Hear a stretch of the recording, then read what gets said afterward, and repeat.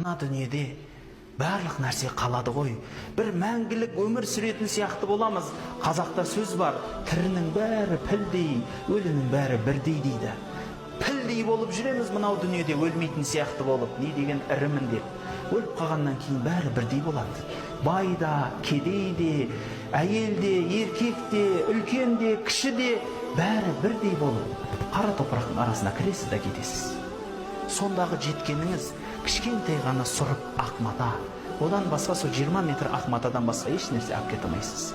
Қаншалықты завод, фабриканың егесі болып бай болсаңыз да, сіздің балаларыңыз сол жердің бетіне үй салып, сіздің мүсініңізді енді бүкіл 360 мүсін қылып салып қойса да, сіздің жердің астындағы нәрсенің бәрі бірдей болады. Сол 2 метрлік қабір, сол үйшік, сол кебін болды. Ол бетінде ол барлық нәрсе.